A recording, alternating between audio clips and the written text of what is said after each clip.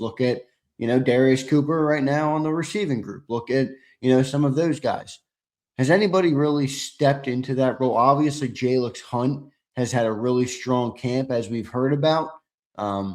Does he look more closer to being a number one than you thought? Does Nolan Smith look like he's made progress moving forward? Does Ebiketie and Epineza look like threes as opposed to being, fourth and fifth guys? What have you seen from the depth there?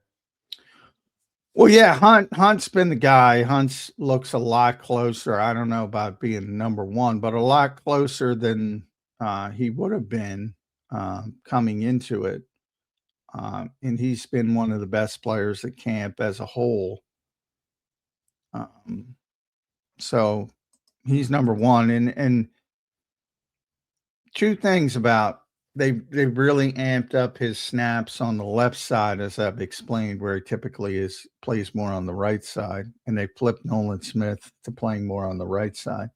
That tells me two different things. One, they want him on the field with Greenard.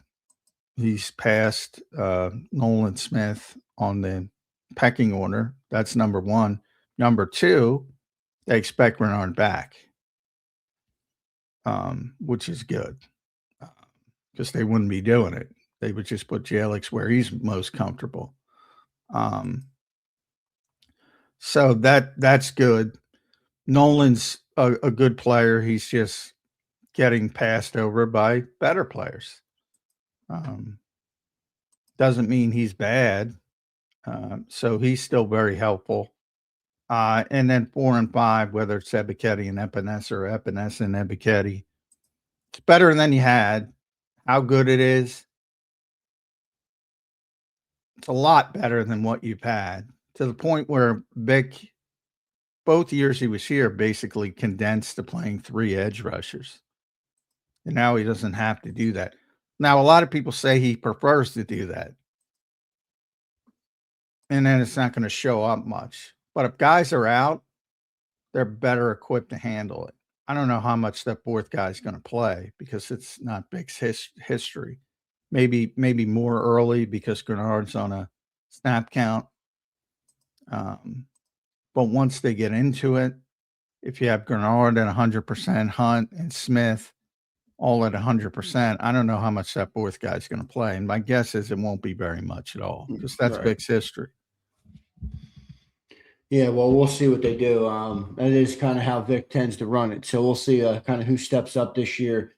John, a lot of excitement around Jalyx Hunt, and you seem to think it's warranted at this point. Yeah, he's been great. Just a natural at everything. And sometimes you just have those guys. People talk about it leading the team in interceptions and how rare that is for an edge defender. He and people point to his safety history at Cornell, but Vic downplayed that. He's just a natural athlete. And now, one of his issues coming out was he was undersized. He was small, need to get stronger, number one. And now he walked by us, said hello after getting some water ice. He's just jacked now. Again, getting into an NFL strength program. Now, I think that's the final piece of the puzzle. Now he looks like an edge rusher.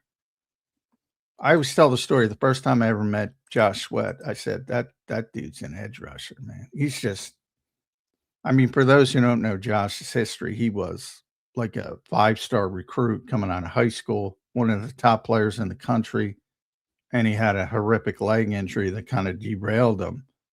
When he got it at the end of high school, and when he went to Florida State, so that set him back. But just from the frame, the physical stature, like if Hollywood was doing an edge rushing movie, they'd cast Josh Sweat, somebody like that, 6'5", long monster.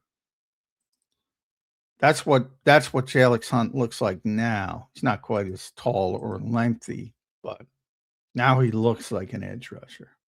And he grew into his body. And that was one of the things they said. He's got the frame to grow into it and get bigger. And he has. And he's more powerful and he's more equipped to hold up on the edge. He's gonna be a really good player. A lot of excitement on Jalyx, Johnny Mac. I think he's going to have a big year this year, and I do like the tidbit you've been given too. They've been lining him up on the other side because Greenard likes Greenard likes the left, right? So they've been putting. No, he likes the right. The right. Sorry, I get them mixed up. Well, yeah. When you look at defense, it's from the defensive perspective. So Greenard's the right end. It's really a right overhang player. Jalyx typically. So it's like looking at the defensive line from Zach Bond's position. That's how you would. Okay, yes. Fair enough. So both Greenard and Hunt are more comfortable on the right. Now they both move. They'll move occasionally. You got to move people around. You look for matchups. If you're really good, you just like Micah Parsons. You move all over. All right, where's the shitty offensive lineman? He can move up inside, outside, wherever. But for the most part, the vast majority of those snaps, and Nolan has been more comfortable as a left overhang player, which typically is the way you want your edge setter to be on the left side because most teams are right-handed and they're going to run more to the right side. So that's always been the tradition of if you have a good, in the old school 3-4 base left end, they used to call it. Those were the run stoppers. Game's changed a lot since then. Not as important as it once was to have those clearly defined roles, but the bottom line is Hunt is more comfortable on the right side. Nolan's more comfortable on the left side. They're flipping them, and that tells me that that's because they want Hunt on the field more when Greenard is back. I agree with you there. I mean, that's going to be interesting. Nolan will still be a big part of the rotation, though. Even with that, right? I mean, they can't just have two. Obviously. Even three. They're playing that threes. You should play four, but Vic hasn't typically liked to do that. But you have to play three. Vic is going to Vic, John. That's kind of what it's kind of what here's Anthony Hunt. He checks in. Xander, reports are saying Cooper and Wicks are stepping up as elite options in the passing game. That's a strong word. That's a strong word. I was going to say that. I would not go that far.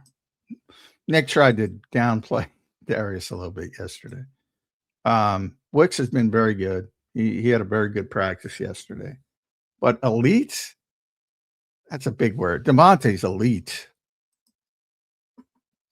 That's, again, everything depends on your definition. But most people's definition, they would not be described as elite. But they're both having very good camps. Good stuff there. All right.